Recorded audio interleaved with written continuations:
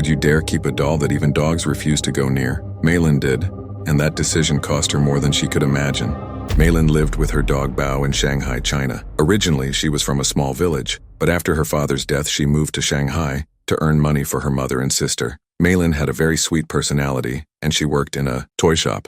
She loved toys, but among them, she loved dolls the most. Since she worked at the shop, she often bought her favorite dolls at discounted rates. Her house was filled with unique dolls from different countries. One day, her shop received a limited edition Labubo doll collection. All the dolls sold out immediately, but Maylin had already kept one aside for herself. This Labubo doll was golden in color, a shade different from all the others. It was beautiful, and Maylin had never seen such a cute smile on any other Labubo.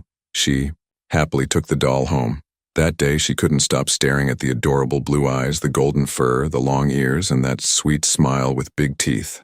She hugged the doll tightly, took many photos, and introduced it to her dog Bao as the newest member of her doll family. But while Bao usually wagged his tail happily at all the dolls, this time he barked and growled at Labubo fiercely.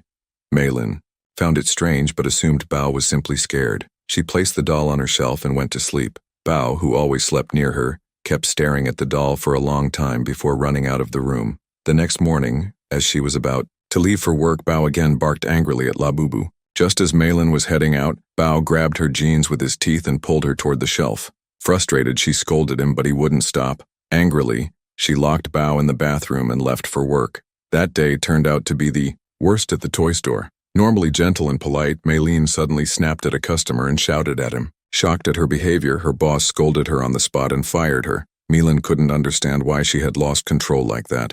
Crying, she returned home and opened the bathroom door. Bao rushed to her, but, upon seeing her tears, calmed down, his own eyes filled with sadness. That night, Maylin went to bed early. As she slept, she heard laughter.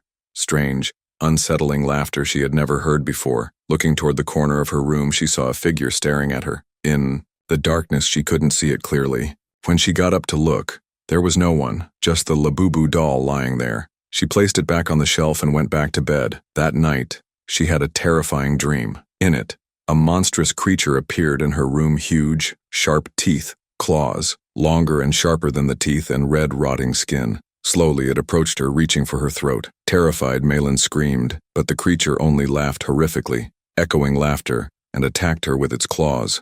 Startled, she woke up to find the Labubo doll sitting on her chest. She screamed again. Hearing this, Bao rushed into the room. Maylin couldn't understand how the doll she had left on the shelf was now on her bed. Looking closely, she saw its smile had grown wider, more sinister. Before she could react, Bao lunged at the doll, tore it apart with his teeth, and shredded it into pieces. Maylin was drenched in sweat and suffering from a splitting headache.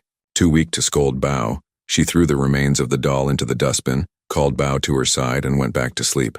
The next morning, her headache worsened, and small red rashes appeared on her hands. Bao was missing. She called for him, but got no response. She searched the hall, the house, and finally the bathroom. He wasn't there either. Looking in the mirror, she froze. Her face was covered with red rashes as if something had bitten her. Then, in the reflection, she saw the same horrific creature from her dream, laughing behind her. But when she turned, nothing was there, only the Labubo doll sitting neatly on the bathroom shelf. Her heart sank. Bao had destroyed that doll the night before. How could it be back?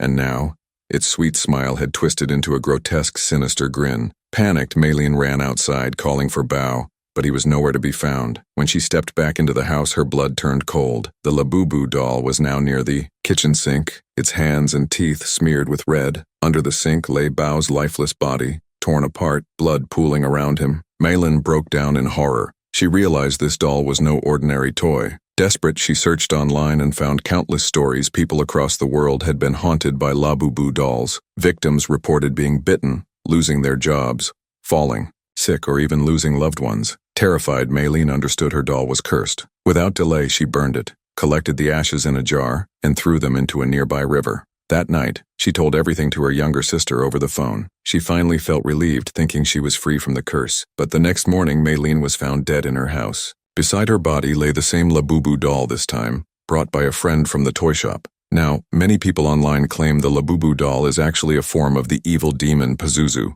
Because of such incidents, the doll has been banned in several countries, and in some cases, priests have performed exorcisms on it. Guys, what do you think? Is the Labubo doll truly cursed? Is there really a demon inside, or is it all just rumor? Let us know in the comments.